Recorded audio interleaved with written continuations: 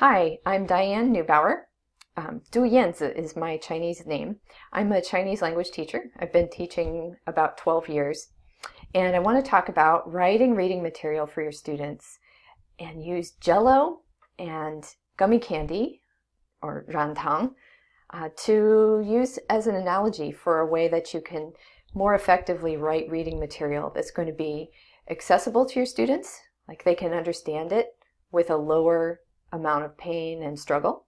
But it's interesting because it's based on something personal to them, something you discussed in class or read already in class, maybe from a textbook if you're using one. Maybe it's from using a video clip in class. But for some reason you want to create something that's personal to them and involves words and phrases that came up through that, whatever you did in class. So we're thinking of mostly Chinese language. Maybe you other language teachers will be helped by this, but you might have to adapt it a bit. And we're thinking of students who now have some language up in their heads. You've given them some nice auditory input, so they've got some Chinese words and phrases kind of running through their head now. They know how they sound and they know what they mean. You're seeing students respond to questions that use those phrases. They're responding confidently and quickly. Everybody in the class knows what's going on with those words. And you're probably starting to hear a few students who are superstars. They're probably using those words out loud. So that's the point where we are. We've got some words now familiar to them, and we want to start letting them see those in reading. So as I'm talking, I'm thinking of Chinese language, and I'm thinking of my own teaching practice. This is me theorizing based off of what I've seen happen over the past 6 or so years with the people I've been teaching Chinese. It's also kind of based on cold character reading, which is developed by Terry Waltz. So if you don't teach Chinese reading that way though, I think this is going to have applications for you, especially if you're wanting to make more reading for like a classroom library, something you want to provide for students to read on their own, and you want them to have enough repetition or repeated exposure to words, but you're not sure how that should look. Should it be a list of sentences that use the same word in the same place? I mean, that is a form of repetition. I'm going to show you with some Jell-O and gummy candies, something a little more organic maybe.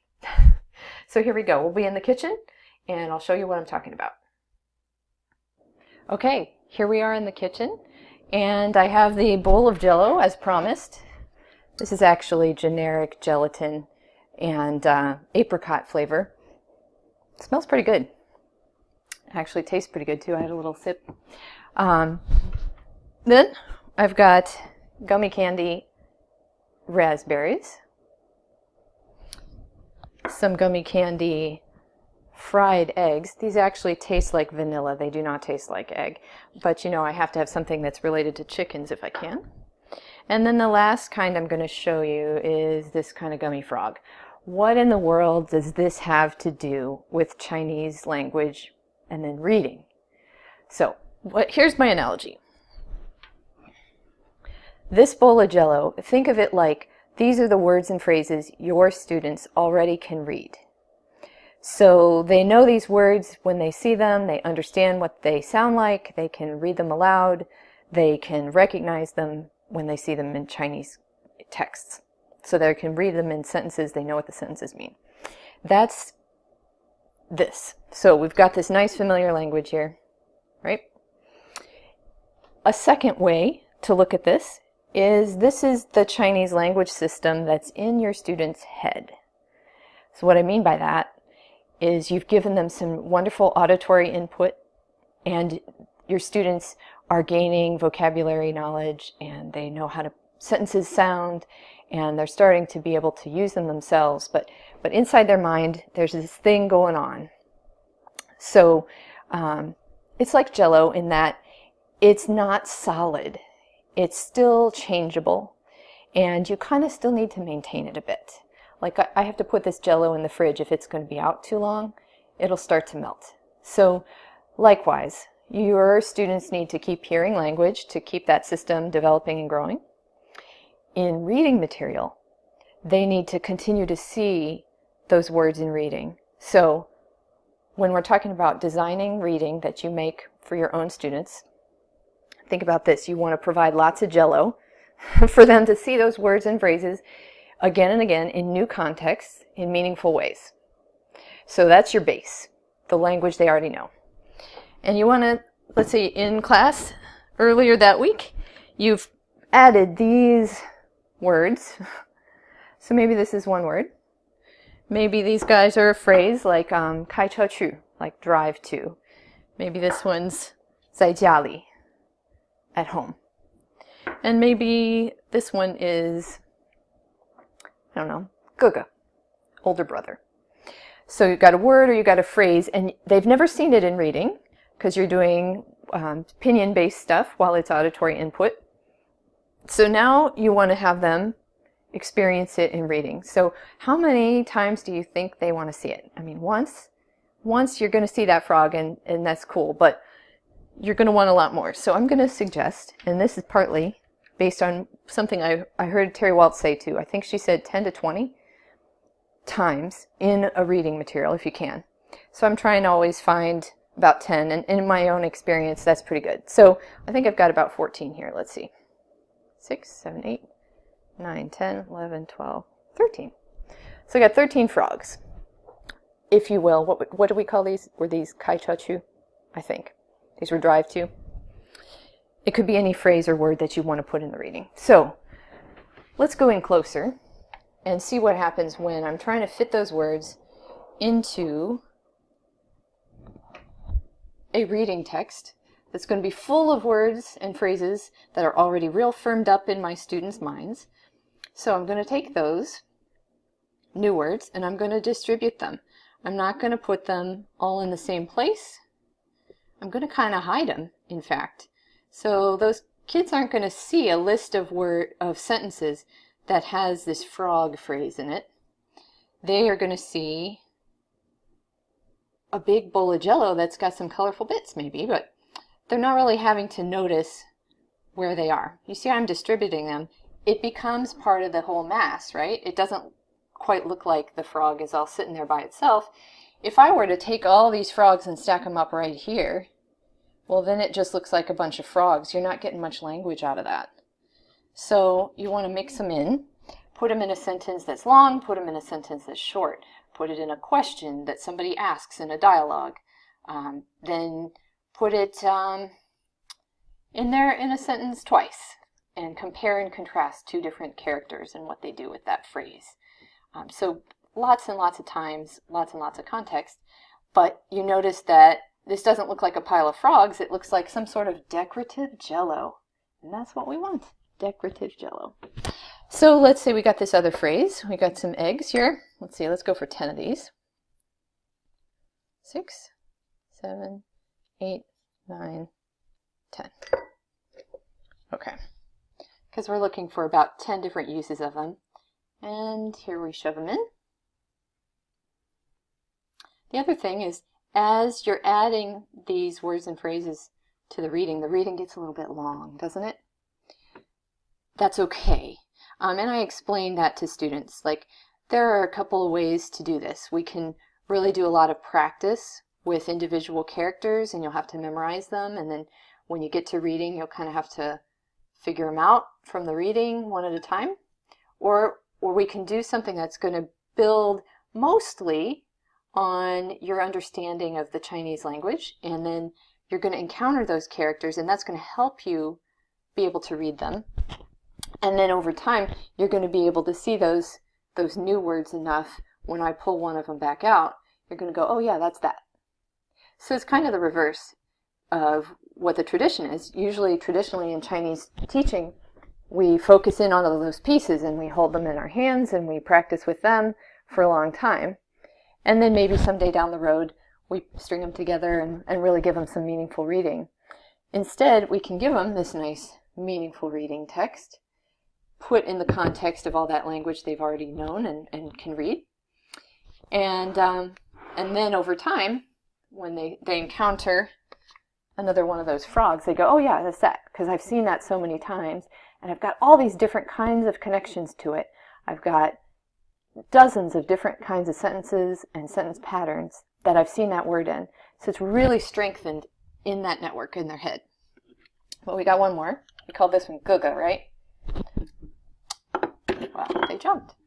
So now we're going to shove these little guys in here. And you notice I've put quite a lot in here. Does it look like it's not Jell-O anymore? No, I mean, it's still, the analogy there is, it's still like a story. So your reading material, you don't want to make it like not a story anymore. You don't want to make it feel like the point is just to see these words. You want it to feel like I've got a story here and it happens to need these words. But we're going to try to load them a little bit while these words are brand new. So, let's get, I think I had about 15 of these guys, I can't remember. But you can see it's not like over dominant. As long as the reading is meaningful, it's like a story or a conversation or some of both. Or it's an essay, something about the people in the classroom, comparing everybody in the class and what they said they did last weekend. Let's say if you had last weekend was a new word you wanted to show them in script there. So now, I mean, it still looks like Jell-O. Actually, I could have probably found another new word for them and distributed it this time. But three new chunks, 3 new phrases or words, that's pretty good. But so, now in theory, this is your reading material.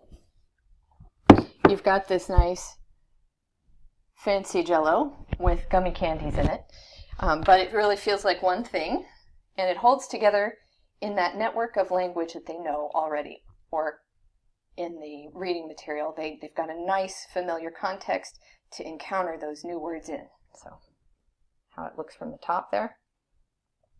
So again, if we're going to think of it as the student's mental representation of the language, their brain is going to take them and kind of do something with them as they start to encounter these again and again in reading.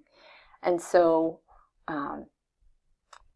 you want your students over time then to not have to focus on what those words are when they see them. You want that to become kind of automatic. So if you will, now is where it gets weird. Okay, get ready, it gets weird. So imagine that these gummy candies, let's say in a week of encountering this reading material with these new words folded into it throughout and doing different things with that reading, maybe reading it as a whole class once or twice, giving them a new task with it to do on their own or maybe with a partner. Maybe they draw a comic strip, maybe they read it and translate it, maybe they read it and they pick 6 sentences that summarize it best in their minds. Maybe they pick 8 sentences to use for captions and draw pictures to show that they know and understand it. And then that becomes reading material your students can use later on. So they do something with that reading again and again. So they get to encounter those words again and again. In my analogy, these gummy candies then morph into the Jell-O. So like later on, you don't even see those guys anymore, right? It's an analogy. It's going to break down somewhere. This might be where it goes. So you've got a blob of Jell-O. And now once those new things are in there and distributed, they kind of melt into the rest of the Jell-O. Now you know you're ready to put a few more little bits of Jell-O in. And it's probably not going to be very obvious, but this Jell-O got taller. So we've got a little bit more up there in their head than they had before.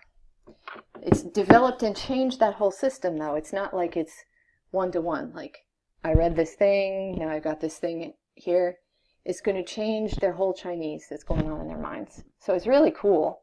Language acquisition is so very cool. And I know I'm talking about literacy, and that's a little different. But it's closely related if you're tying in your reading work to what they've heard. So I hope that's helpful. I have a blog post that goes along with this video that explains a little bit more, and that links, importantly here, links to 2 example reading materials. So there's 2 different reading for a year 1 and for a year 2 group of students I'm teaching now.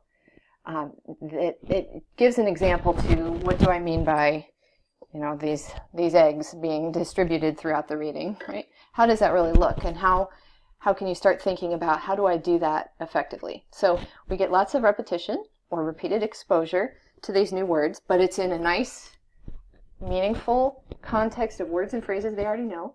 It's kind of unpredictable. It's distributed. It's not all lumped up in one spot. It's mixed and matched with other things that they know how to do. So I hope this helps.